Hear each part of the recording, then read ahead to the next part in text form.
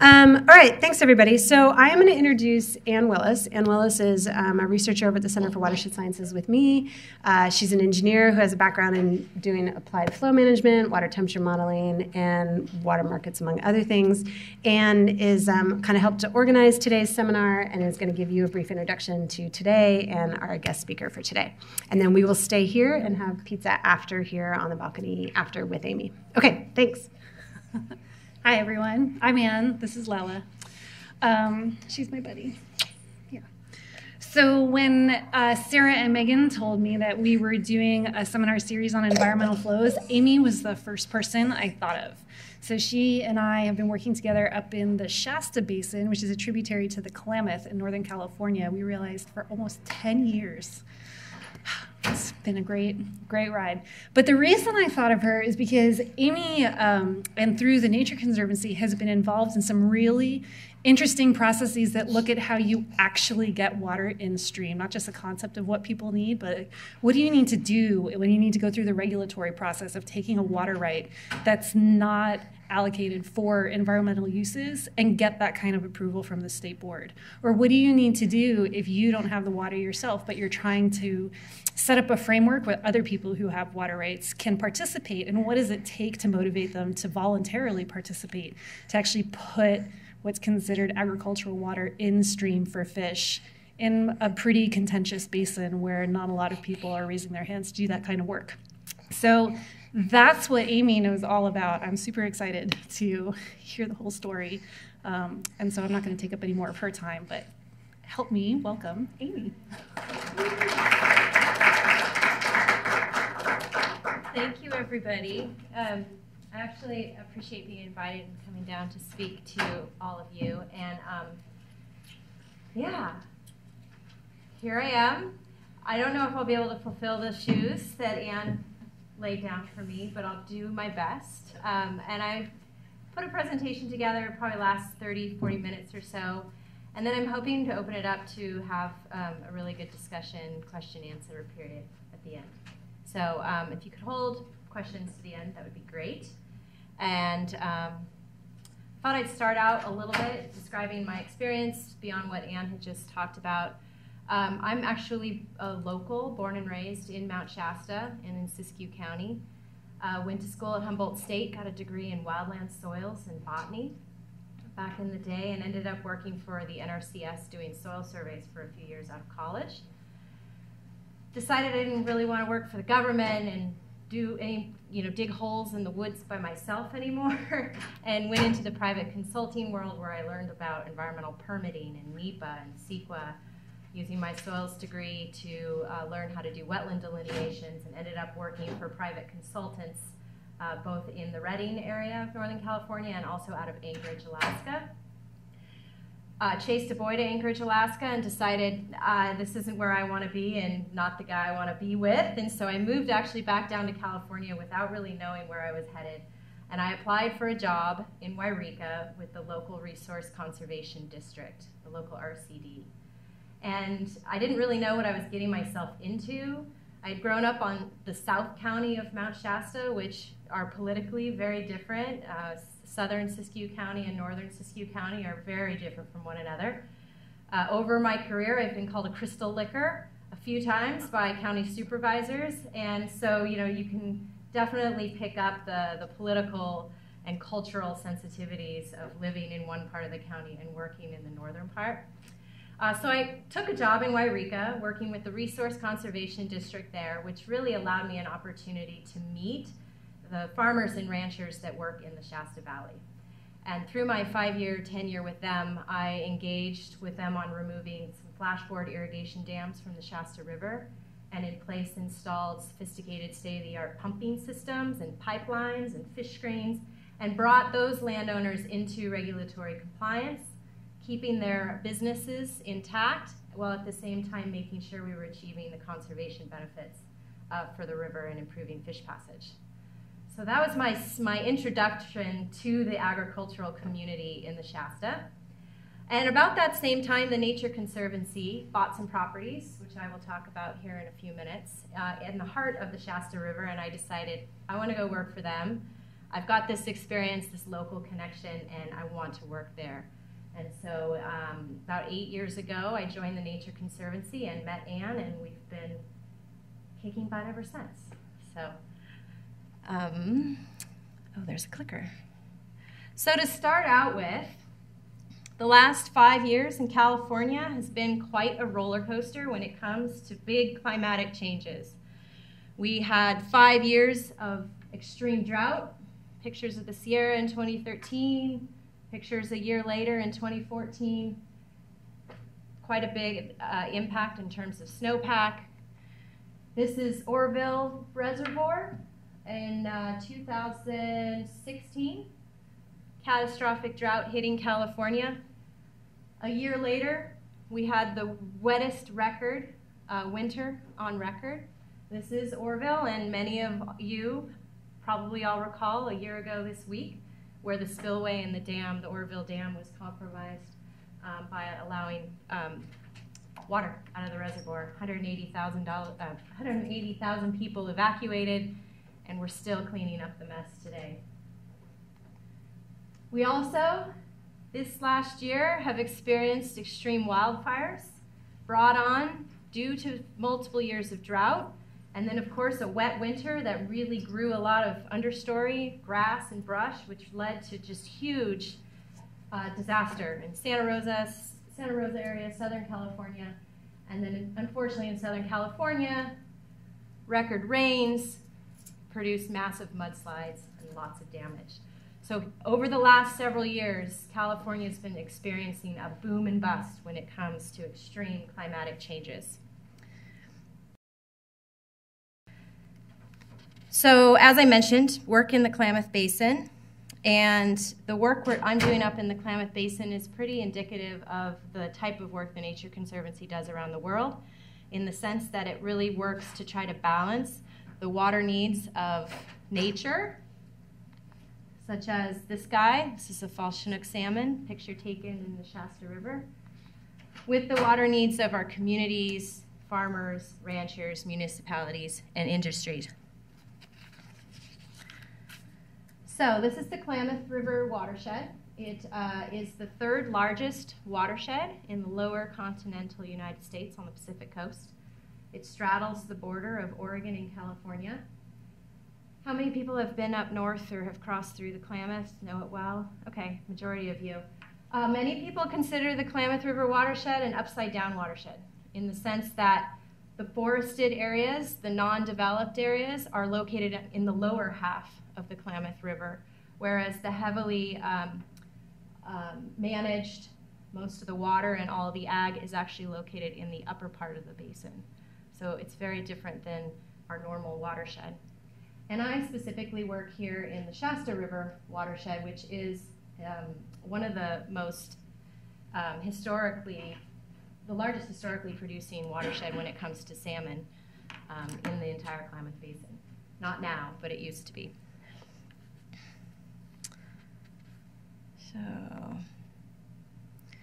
So more specifically about the Shasta River watershed, the Nature Conservancy purchased two ranches, right in the heart of the basin in 2005 and 2009. The total acres of the ranches combined was just about 6,200 acres, and it had been farmed for pretty much, or ranched for about 150 years. It was homesteaded in the 1850s by the Louis Ranch, the Louis family, who were sheep herders, and has been under constant management since 1856. About 1,500 acres of the property are irrigated and are currently are currently operated, or were currently operated as a cow-calf operation. What was most appealing to us about this property was that, along with the location of the property being along Big Springs Creek, which I will talk about soon, it also had 18 cubic feet per second of water rights associated with the property, and these water rights were senior in nature, so that they were high priority water rights and extremely reliable. And the Nature Conservancy's goal with acquiring the property was to not only restore habitat, and you can imagine after 150 years of grazing without any riparian fencing or any managed grazing, what this property may have looked like when we purchased it in 2009. So we installed, I don't know how many miles of fence, I should know that, but there's over 13 miles of streams on the river, so I would say 30 miles of riparian fence, and we planted over 6,000 riparian willows, alder, and water birch along the river corridor. But we also purchased the property because we were really wanted to use it as a demonstration ranch where we could show how we can continue to use the property as a working cattle ranch while making sure that the resources, the water resource and the fish in the streams aren't being impacted. I wanted to mention, like, the property, the Shasta Big Springs Ranch is located along Big Springs Creek, and because of the name Big Springs, you can guess this is a place where there is a lot of spring coming out of the ground. This whole Big Springs complex produces between 80 to 100 CFS of water continuously all year round, so a huge amount of water bubbling out of the ground. The water comes out of the ground also very cold, at 13 degrees Celsius or 54 degrees Fahrenheit, and it comes out of the ground super rich in phosphorus and nitrogen. The richness of the really nice water quality of the spring coming out of the ground leads to a high amount of macrophytes that grow within the water column, which also lead to a huge number of macroinvertebrates, which of course, for the young fish that are growing in the river, it's like an all-you-can-eat buffet, 24 hours of eating as insects are constantly floating by you. So it's a very nutrient-rich, highly productive system. We grow a lot of fish.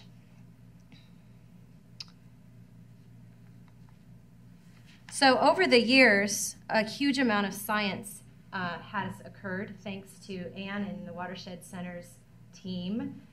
Rob Lasardi, Carson Jeffries, Drew Nichols, and many other students from UC Davis have been engaged for years on the property. And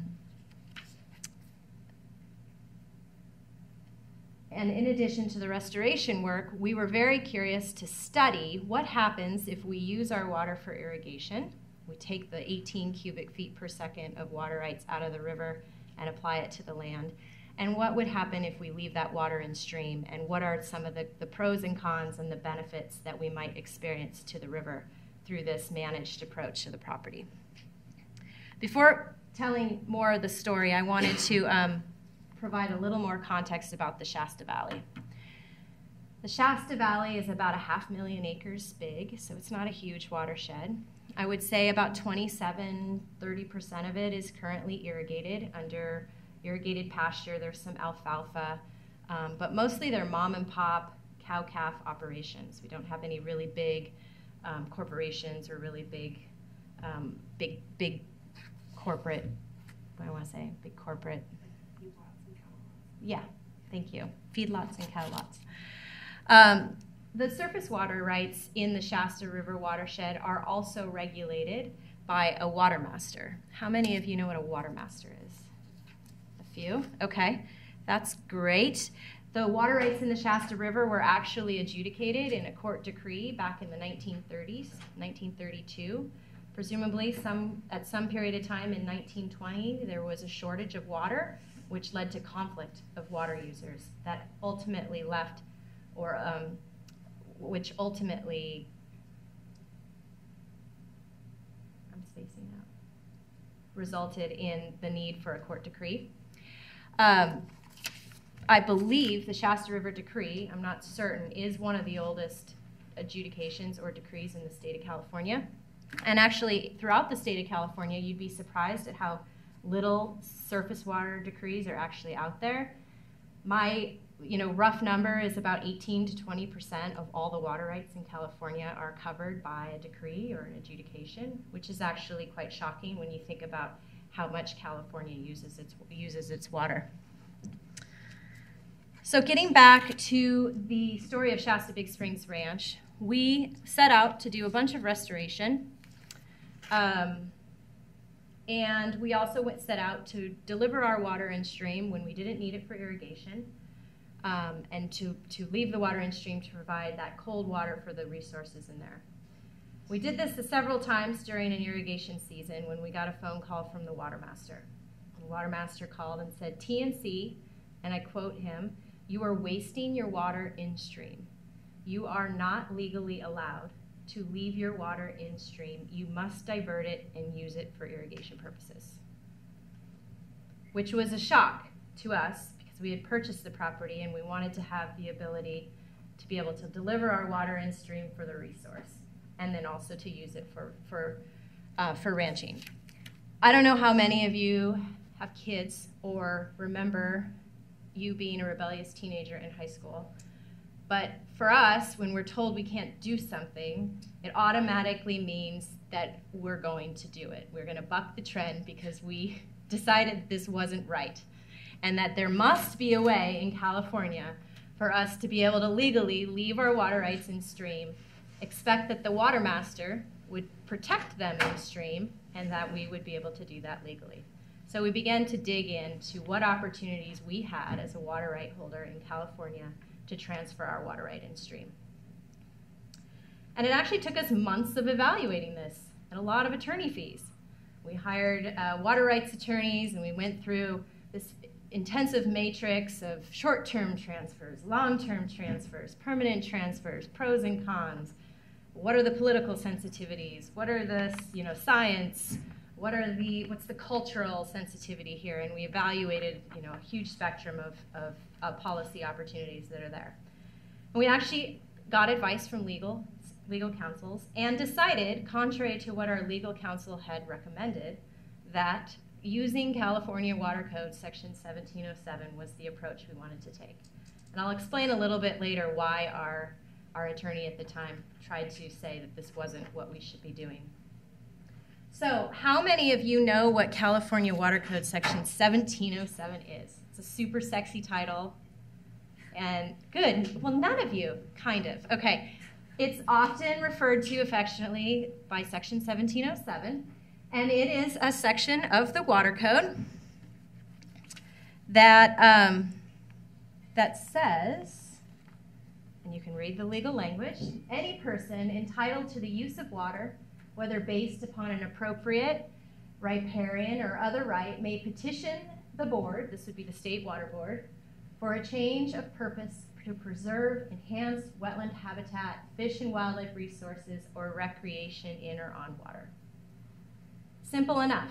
You petition the State Water Board to be able to allow your water right to be left in stream to benefit fish and wildlife. Simple, right? Well, for us on the ground, the process felt more like this. And I'll explain why. But before, I haven't yet dug into the history, and I challenge one of you perhaps to figure out what led the legislation or the legislators in California in the late 80s, early 90s to think about doing this. I'm glad they did. But it occurred in 1991, and up until the last couple of years, there's been only a couple dozen 1707s that have actually successfully made it through the State Water Board process. So we're dealing with 30 years or more of 1707 code being on the books and only being used by 24 or so petitions successfully. The average length of time it took petitioners to get through the State Water Board process for a permanent dedication or a long-term transfer in stream was about 16 months. So it's a really long, lengthy process. And long process equals lots of money, confusing. And actually, for those folks who want to transfer their water in stream for a short period of time, which a short-term transfer is a year or less, on average, it would take someone 4 months to get through the State Water Board process. So if you're just wanting to leave your water rights in stream for 12 months, it took you 4 out of those 12 months just to be able to get through the state's process. And it obviously wasn't working very well. And practitioners found the process really confusing, cumbersome, and costly. So I must pause here because in case anybody knows State Water Board folks, or if there are any State Water Board folks in the room, I do really want to acknowledge and give huge kudos to what the State Water Board has been doing around this process over the last couple of years. About the time where TNC wanted to begin submitting petitions to the State Water Board, they made some improvements to streamlining the in-stream flow transfer process. And the two main improvements they made was, one, any 1707 petition transfer request that comes into the State Water Board is prioritized on top of any other transfers or applications for water rights that they review, which is huge. Prior to this, they would just put the 1707 request on the stack of all the other water right petitions that they had to review, and eventually they would get to them. So that's a big change. The other thing the State Water Board did to streamline the process is that they really emphasized and encouraged their staff to meet with petitioners, practitioners on the ground early in the 1707 process and regularly, which helped really reduce the confusion of the process. So to State Water Board folks, kudos. We still have some work to do, but thank you for those. So fast forwarding to 2014, or from 2014, it took us 2 years to get through the State Water Board process.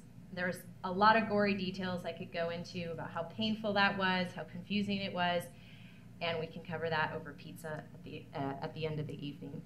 But more or less, some of the key lessons learned consisted of making sure you meet with State Water Board staff early and often. We also learned that engaging the public is absolutely key in what you're doing, because a lot of people, water rights are very private. People are very nervous about talking about water rights in public.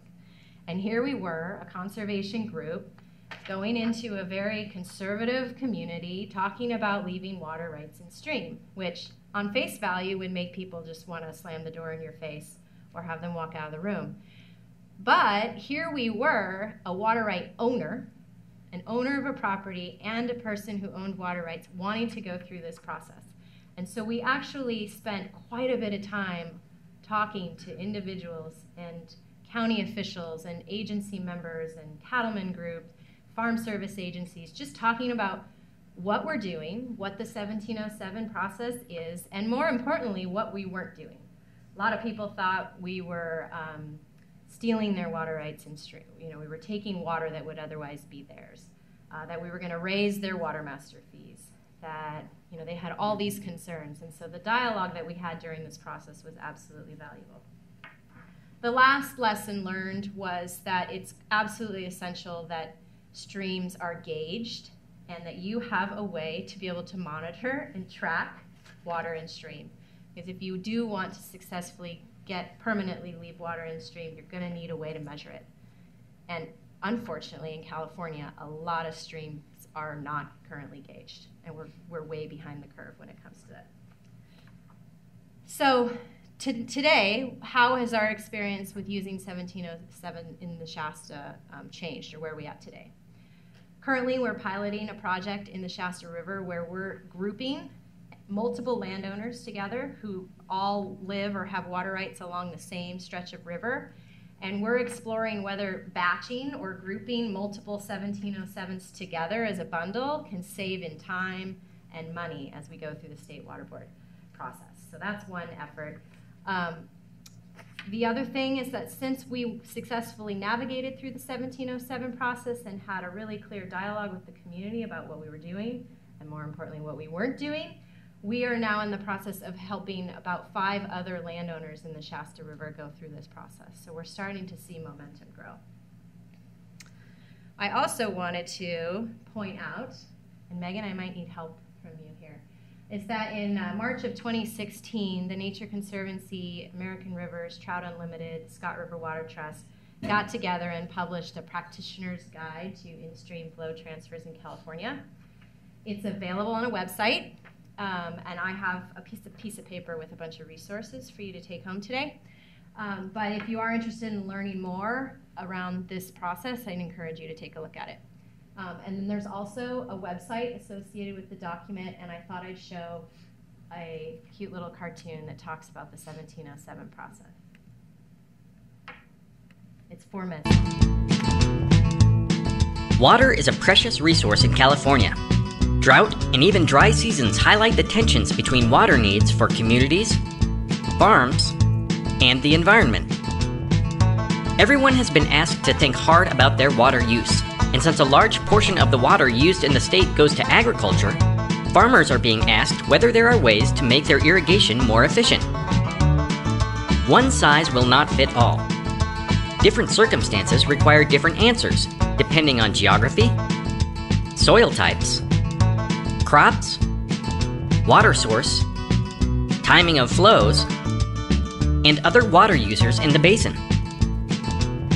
But finding a way to get people, agriculture, and fish the water they need does not always lead to conflict. There are opportunities to change how water is managed that can provide more reliable water supplies for communities, farms, and fish. These changes include 1. Improving efficiency and conservation by repairing leaks, lining and piping ditches, reducing irrigated acres, or switching to more efficient irrigation systems. 2. Changing the timing of diversion. Instead of diverting water from the stream in the middle of summer when stream flows are already low, a farmer can divert ahead of time during the winter rainy season, store it, and then use the stored water to irrigate crops in the dry season. 3. Coordinating diversions. Farmers can rotate their diversions so that they are not all taking water at the same time. This can reduce fluctuations in flow and in some cases may keep a stream from going dry. But if changing the way farmers use their water is as easy as it sounds, why isn't everyone doing it? For a farmer with a water right, management is not just about the nuts and bolts of irrigation systems and growing techniques, but also maintaining their water right so they can sustain their livelihood. But if there were a way to divert less water without diminishing the value of the rights, while also benefiting the river, farmers might be convinced to alter some of their management practices. Fortunately, California provides farmers options for improving their water management and protecting their water rights. Farmers who reduce their water use have the option of selling, leasing, or donating the conserved water to in-stream flow. A water right owner can choose a temporary agreement, often called a forbearance agreement, to leave in stream the portion of the water rights not diverted without changing the water right itself. Or a water right owner under Water Code Section 1707 could petition the State Water Board to change their water right to in-stream uses like fish, wildlife, and recreation. Some conservation groups and agencies are working with farmers and ranchers to lease water or buy water rights in order to leave water in stream. The tools exist to help farmers manage their diversions differently, and farmers who alter their water management can have a big impact on California's rivers and streams. If we work together to find opportunities to manage water more efficiently and conserve where possible, while creating incentives and eliminating disincentives to do so, we will have solutions right in our own backyards. For more information, check out A Practitioner's Guide to In-Stream Flow Transactions in California.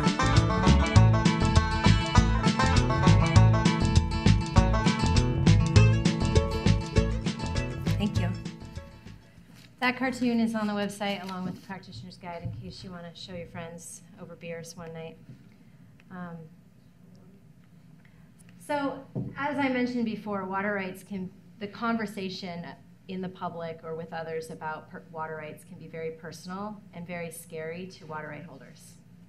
And in fact, back in the day when we were trying to figure out how we could go about legally leaving our water in stream, the attorney we consulted said, don't do it. Don't follow 1707 because you don't know what the State Water Board will find. It's like opening up your hood and looking in, and you don't know what sort of illegal, activities they may discover.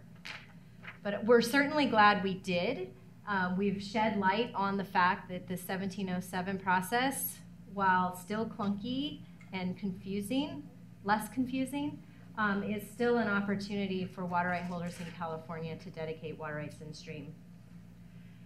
And in many ways, when we started out on this project, I associated the 1707 code with a way to protect water for fish and wildlife in stream. But since since we've engaged in this, I think my view has shifted a bit on what the purpose of this water right is, which has really helped me talk about why a water right holder, farmer, or rancher would want to think about doing something like this for their practice. And how many of you have heard the saying, use it or lose it? Most of us, right? And that's a huge real fear for water right holders. If I don't use this water, I'm going to lose my water right. In many ways, the section 1707 water code, I'll get rid of this, allows a water user to be able to be flexible with what they do with their water rights. The state of California allows water right users to stack the beneficial uses associated with a water right, which means that they can have a water right that's associated with irrigation and with stock water and domestic use and with fish and wildlife use. That's most Western states in the United States don't allow a stacking of multiple beneficial uses. So in many ways, California is ahead of time, allowing for that increased flexibility. So using section 1707, if a water right holder has gone through the process, they will have that ability to respond to changing conditions. From a business sense, they've really expanded the portfolio of what they could provide with their water right. They could either grow crops, they could sell their water downstream to a municipality, they could protect their water in stream and maybe even get paid for some of the water that they're leaving in stream. And so it really provides flexibility to a farmer or rancher's operations. And so in many ways, it's not only a way to protect water rights in stream. For the way I see it is it's a water right protection tool for water users that want to diversify the portfolio of uses for their water right. And when you talk about that to a rancher around the fact that this protects their water rights from forfeiture and provides that additional flexibility, the scariness of going through this process is not as evident. So I'm going to transition a bit from talking about permanent in-stream transfers to some of the short-term transfer work we've been doing in the Klamath Basin as well. So understanding that permanent, walking up to a landowner's door, knocking on the door and saying, hey, would you be interested in permanently dedicating your water in stream, is pretty much a deal breaker right from the start, and you're probably not going to get very far. But in many ways, there's an opportunity to be able to develop a working relationship in the form of forbearance agreements, which is what that video touched on, that would allow a more localized and personal approach to leaving water in stream. So how many of you have used Airbnb or vacation rental by owner? Okay. And how many of you have gone someplace for a week or two and decided to buy a house in Hawaii because you're going there for a 2-week vacation? Yeah, I wanted to. Right, you wanted to, but does it make economic sense for a 2-week vacation to go buy a multi-million-dollar house in Hawaii? It doesn't. So many of us who can't afford to buy a house in Hawaii would opt to look for a condo, look for a rental, look for a hotel. These are the rentals, by the way, available in Davis tonight, in case you're interested. Actually, a van also, they rent a van. They what? They rent a van, a Volkswagen van. Yeah. Yeah. That's, I didn't see that on there. Someone is already rented. Yeah, I love it. So we want to be able to have the ability to rent water or lease water rights if we only need them for specific periods of time. Why buy a water right if we don't need it all the time? Same as why buy a house in Hawaii if you're only going to be there for 2 weeks. That's the point here. So back in 2009, in the Shasta River watershed, in September, we were experiencing a low flow year. Flows in the canyon, probably in 2009, were about 20, 30 CFS, really low. And we were also expecting a huge influx of adult migrating fall Chinook to begin entering the system. There was a real concern of a potential fish kill that might occur in the Shasta River. For those of you who are familiar with the Klamath Basin conflict and the big fish kill that occurred up there in 2001, here we are in 2009, and the fear of water cutoffs and the government coming in and taking water away is still very real. And so back in 2009, the community was very concerned about a potential fish kill due to low water levels. So a series of partners got together in the Shasta River watershed and figured out, okay, well, what do we do to get water into this section of the river when we needed it? And actually we only needed the water for the last 2 weeks of September. Fish and Wildlife data over the years had collected enough fish counts to be able to tell us that fish densities get to be a certain amount in this 7-mile reach of the Shasta River during the last 2 weeks of September, where we get really concerned about a potential fish kill. October 1st is the cutoff for irrigation season, so come October 1st, water levels go up, and so we were really targeting a very specific period of time where we needed water. So we got together, the Nature Conservancy, the Shasta Valley RCD, agencies, landowner groups, to figure out what we could do. And as a group, we put a call out to the agricultural community to say, we need your water. It is quite possible we're going to have a fish kill. You remember 2001, water shutoffs, what can you do? And in the last 2 weeks of September, we were able to triple and almost quadruple the amount of water that would otherwise be in stream through landowners voluntarily leaving their water rights in stream. Since 2009, we've had to repeat our call for water. Actually, in the last 9 years, we've had to put a call out for water 6 out of the last 9. So pretty regularly, we get to mid-September, and we're needing more water in the river. Since that time, we've developed the Forbearance Agreement process, which is a formal contract between the Nature Conservancy and a farmer and a rancher that would say, for the last 2 weeks of September, you rancher will leave your water in stream, and the Nature Conservancy will compensate you and pay you for that water. We're basically going to lease the water rights from them. And so it's a very it's an informal process in the fact that we don't have to go through the state water board process, and it's just farmers and ranchers are used to doing one-on-one contracts with their with the folks they sell their cows to, or where they buy their hay or their fertilizers. So it's a relationship that they're comfortable with. So the landowner gets compensated, financially compensated, and we achieve the conservation benefit that we're looking for through this process. So what has resulted? Over the years since 2009, we've been able to benefit by leaving water in stream the last 2 weeks of September, 35 to 60% of the total run of fall Chinook that come into the river. So fall Chinook begin entering in August, more or less start tapering in November, December, and up to 60% of the total run are benefited by the amount of water being left in stream during this small window. We also work closely with Ann and her crew at UC Davis to attempt to quantify what is this water really doing when it comes to improving water quality conditions, reducing rates of disease transfer, and how can we relate the amount of water we're leaving in stream with how much more fish we can fit into the river. And so I encourage you guys, if you want to understand or learn a little bit more about the science, Ann can probably send that out to the group, the journal Nature.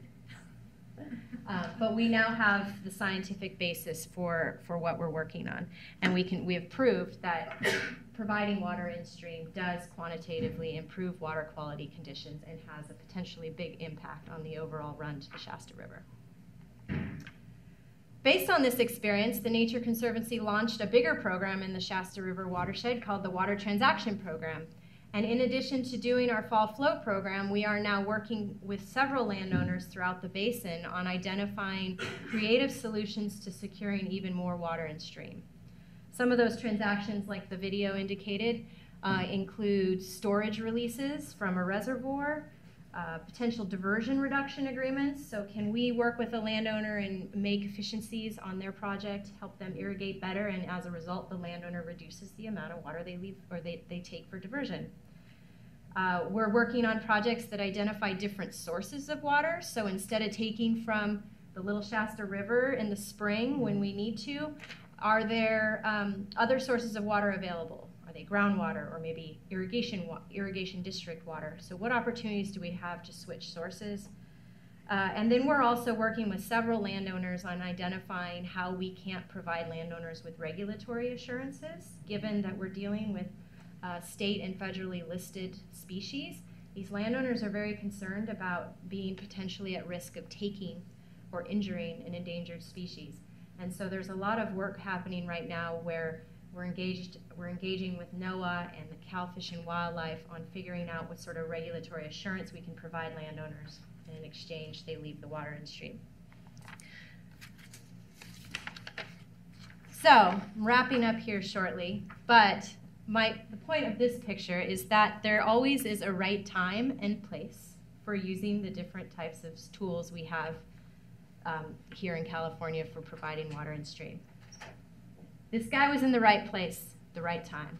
And so there's not one tool that will fix all. 1707s in California is a really important tool to have, but it may not apply everywhere.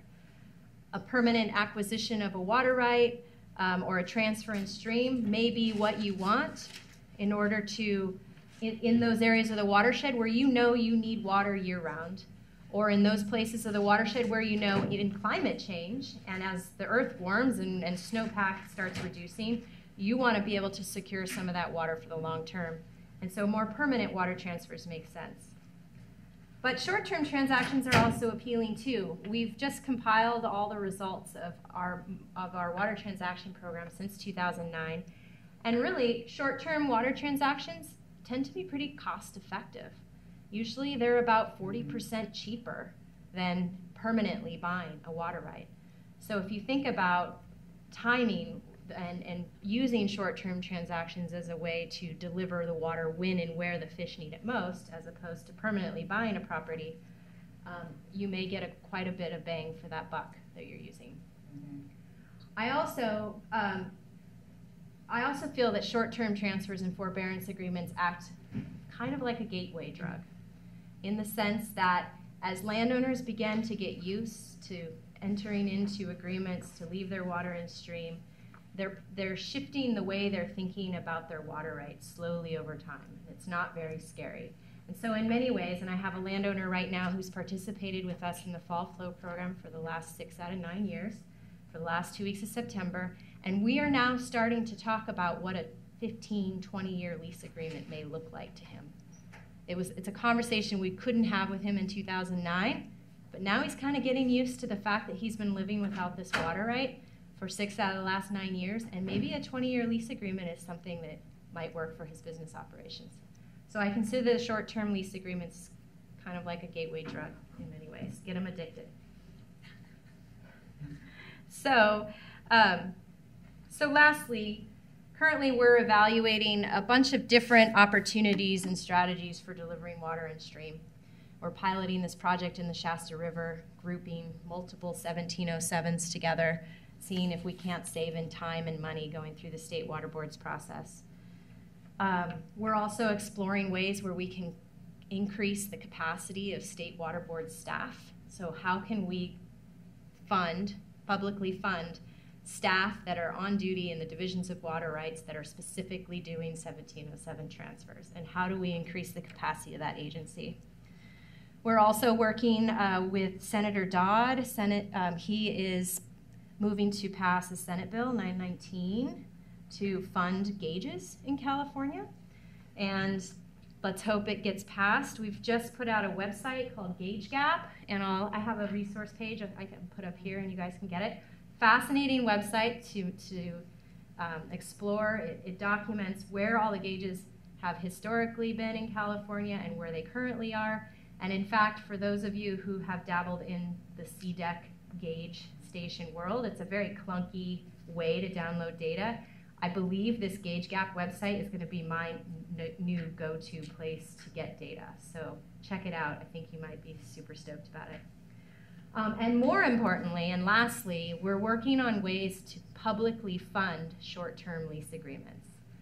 Right now, there is very little support with the state of California to pay or to provide funding to do these forbearance agreements, these short-term lease agreements. And if we're going to get landowners hooked with the gateway drug of forbearance agreements and move them over time into longer-term deals, we need to have some funding to support this work. So I'm hopeful that future bond measures will include some opportunities to fund this work, but we're going to need to continue to increase public funding. So all in all, as we're going through these boom and bust cycles in California, extreme droughts and then extreme wet winters, we need to be able to dynamically manage and use a variety of different tools in front of us to be able to respond to meeting nature's needs and also making sure we're balancing the needs of people here in California. And so I'm hopeful, as you all complete your studies and move on into your careers, wherever they might be, keep this in mind, and I hope that we'll be able to cross paths in the future. And I have a handout, has my name and number on it. I didn't bring any cards. And it also has reference to the Gauge Gap website and then our practitioner's guide to industry plus. So I'll leave it up here. Okay. And yeah, I welcome any questions. Yeah, in the back. Yeah, I had a question about the DWR's objection to your in-stream flows. You're a senior, the property is a senior riparian right over? It's an adjudicated appropriate water right. Okay, so it's an appropriate right. Yep. So, okay, so but you're on the senior end of the spectrum, so the Yes. panic is with sort of more junior rights holders. Correct. So we were wasting our water rights in stream. And in the adjudication, being as it was approved in 1932, didn't list fish and wildlife as being a beneficial use. I think the state approved fish and wildlife as a beneficial use in 1945. So the adjudication is so old, it never considered fish and wildlife as being a use for a water right. So when you do price discovery on those contracts, like setting prices for water, Mhm. how does that work traditionally? Is it just between ranchers what they think is fair, or? It's that, we use comps too. We took into consideration what fixed costs are, what their variable costs are. We try to estimate what their potential yield loss might be for that period of time, for 2 weeks. At the end of an irrigation season, their loss to pasture grass is pretty minor. But if we were to want to secure a longer term, like an irrigation season long lease, then we'd be expected to probably pay a little more than what we did for those 2 weeks. So, yeah. Do you feel like the Watermaster has been able to adapt in their accounting scheme to accommodate this and allow those flows to come in? Yeah, some of the gory details that I left out was a long process that we went through with the Watermaster District to figure out how they could realistically monitor and track the water in stream. And 1707 code requires that you monitor and have the ability to track and regulate your 1707s. So having a Watermaster on board eventually was really important. And we actually developed with the Watermaster District a compliance plan that we both signed off on, and those were actually approved by the State Water Board and now are part of the orders associated with those water rights. So, yeah. Yes? So I know for other appropriative rights, users downstream can kind of just scoop up whatever's left. How do you prevent that from happening with 1707? With Section 1707, you can protect, if you're wanting, it depends on the objectives of what you're trying to achieve. Some 1707s, a lot of the ones in the Scott River watershed, for example, are just merely protecting the water rights in stream from point A to point B and not expecting that water to flow past a downstream water user or a straw in the river. And that's a fairly simple process. I have 10 CFS, I want my 10 CFS to go to point A, and then once it hits point B, I don't really care what happens. What we did is our property was located 35 river miles upstream from where the Shasta River reaches the Klamath. And we wanted to raise the bar up and say, okay, well, what would it take for us to bypass our water past a couple dozen diversions downstream? And what is involved in that process? California water law is very, very strict when it comes to making sure that your action doesn't harm third-party water users. And we had to prove to the State Water Board that our action of leaving our water rights in stream would not harm downstream water users. And the way we did that is that we could leave our water rights and protect our water rights in stream from point A to point B But once the water rights reach point B, we could only legally protect the consumptive use of the water rights. So if you've heard about consumptive use, that's the amount of water that is consumptively used by the crops you're growing on the ground or that otherwise has evaporated to the environment. The other portion of your water right either trails off the ground in the form of tailwater if you're flood irrigating or through subsurface recharge. And that water is legally available to a downstream water user. So we had to go through a pretty robust process to calculate what the consumptive use was for our water rights in stream. And if you think about the way grasses grow, they grow quite a bit in the spring, especially up where we're located because they're cool weather grasses. So you have pretty high consumptive use levels that peak in around July, and then they start tapering off in August and September. So depending on the month, we have a schedule with the water master that says in July, we're expecting a certain percentage of our overall water right to make it down the river 35 miles. In September, it's this percentage. In April, it's this percentage. So in April, out of 18 CFS, grasses really aren't growing that much. They're not consuming a lot of water.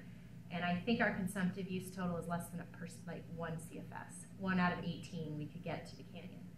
But in July, it's about half. It's about 9 CFS of water can be bypassed. So we had to do that in order to make sure we weren't harming any downstream water users. Good question. And there's a need.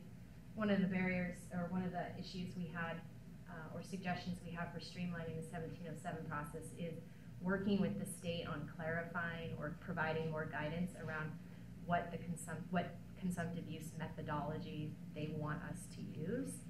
So if any of you are interested in digging into the science around consumptive use and the technology that's out there and the methodologies they use, that is definitely an area where we're going to need more work in the future. Yeah.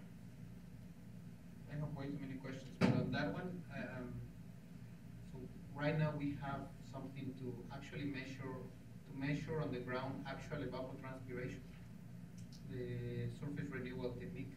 Okay. So you can actually put it's kind of a 3 wires that is measuring how much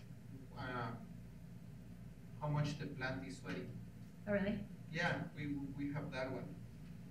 The other one is that so I have way too many questions. I'm thinking that the crop that was there is alfalfa, isn't it? Pardon? For the other farmers, the crop is alfalfa. So when you are trying to forbear, what is the crops that they have, the farmers that they have there? All of the people that are participating in the Qual Flow program are largely irrigated pastures. Okay. Not alfalfa producers. Okay. I think that's okay. a true statement. 90% to 100% of the people. Yeah. Yeah. And then, no, because I was thinking alfalfa usually has perhaps 4 or 5 feet roots. Mm-hmm. So even though you have a high irrigation, I don't know, 2 or 3 weeks before, mm-hmm. the plant will tap on the water 5, 6 feet underneath. And then the other one, the ag recharge, the first groundwater recharge on agricultural land, that was actually in the Scott Valley. Mm-hmm. Later, everyone started in Terra Nova and the Central Valley. Mm-hmm. But the first one was there, and they just pointed out that it was 2 or 3 weeks, the period of time when you put it on the ground, and will actually ended up in the river. We're And I'm not actually, sure, yeah, we're working with the Scott River Water Trust over in the Scott Valley to continue to explore and pilot that project that they've been piloting so far. They've gotten some resistance from the state agencies around that approach, but I think there's real opportunity to use groundwater recharge in a flood irrigated type scenario. And perhaps when you need it, perhaps put some of that forbearance, buying those water rights 2 or 3 weeks ahead, Mm-hmm. and start putting it there, and you know that they are coming. And right. Later, some of them supplement. And some of the recharge that the Scott River is looking at is they're actually flooding fields in January and February, and then the model results show up to, I don't know, 6 CFS of water coming into the Scott River in August, which is when it's really needed. So it looks really promising. Public buy-in and support from the agencies is their biggest challenge right now. And I was thinking the same, because for groundwater banking the water right permits, it's been a pain. It's been quite painful. How much do you pay per acre feet? It depends.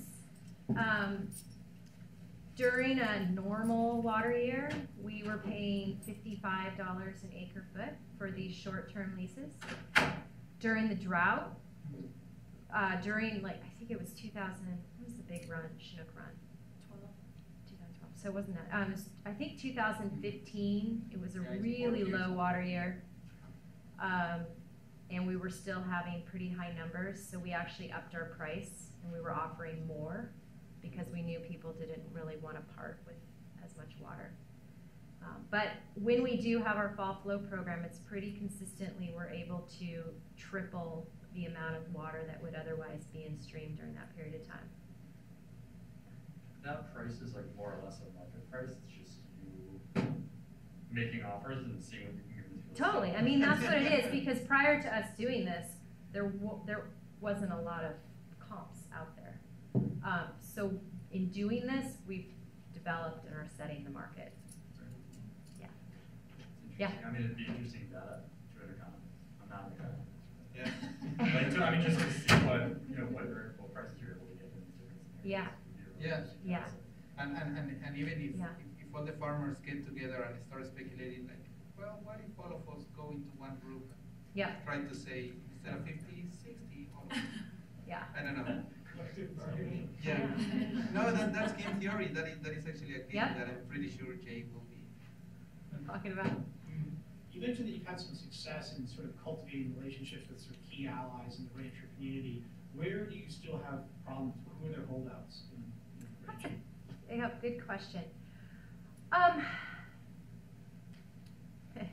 It depends. I think there's definitely the far right-hand side of the spectrum, the fish don't need water side of the piece of it, which we just agree to disagree on, and actually had multiple meetings with a group of folks that just felt like, water rights are not for fish, and we're just ethically against this whole idea. And that's okay. Like, we just know that we're not going to get anywhere with those folks, and they know they're not going to persuade us, so we just kind of operate in our own. I think there are a few landowner groups that are just really used to status quo and business as usual, but then are really mad when they see us engaging with a landowner and bringing in millions of dollars of infrastructure to a property because we're going to get water out of it, and they're feeling left out, but they're not wanting to come and talk to us. So there's definitely that crowd who I think are just more comfortable complaining about not being paid attention to. And we're still putting a strategy together around how to deal with those folks. On the flip side, on the more liberal, left-hand side of things, there are environmental groups that are outright opposed to us purchasing water or leasing water rights from landowners. And I get it. Like, a lot of the reason they're opposed is they feel like the public trust doctrine in California requires water right users or water right holders to leave water in stream, and they should be doing it voluntarily or normally. And I agree, but no one's implementing or regulating the public trust doctrine in California, and our state agencies aren't regulating Water Code or Fish and Game Code 5937 and 1600s, and there's just so much code on the book that if we actually regulated it, we could actually get someplace. But in the absence of that, we need a solution. We can't really wait around, and so this is one solution. Fascinating behavioral psychology challenge. Totally. So that's why I kind of smirked and laughed. But I would say a majority of the people we're working with, or the majority of people in the Shasta, actually have really come a long way in terms of being willing to start talking about and exploring different ways to run their operations. And I've seen just a huge paradigm shift in the last, 12, 15 years that I've been working there. So it's been pretty exciting. Given your experience with agencies, do you foresee a transition from sort of the kind of tools you're using for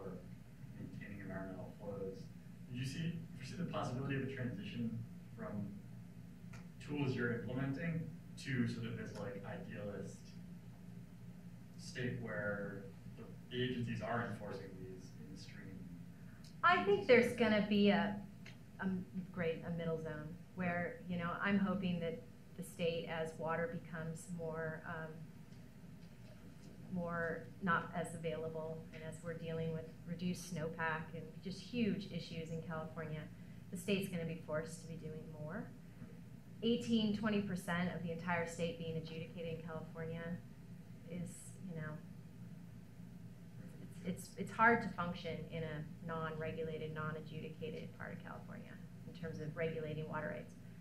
So I think the state's going to have to move in that direction, but I also think that we're going to be, you know, the water practitioners, the folks that are working kind of on the voluntary basis, are going to continue to need to push these types of innovative and creative solutions that really strikes a balance between nature and people, and come up with how we're going to solve this problem.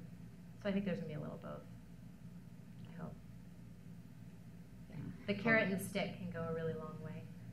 So going back to the question, what about peer pressure for either, or seeing your peer, when you have one forbearing, other ones will come, or the other one, a group, one or two actually having the peer pressure for saying, no, don't sell it, or don't buy it? Peer pressure, yeah, definitely there. Yeah, it's just what we're all human psychology. So, anyway. Okay, let's continue questions over pizza. Sure. Because I know some folks have to take off and stuff. And so, thank Amy, thank you. Thank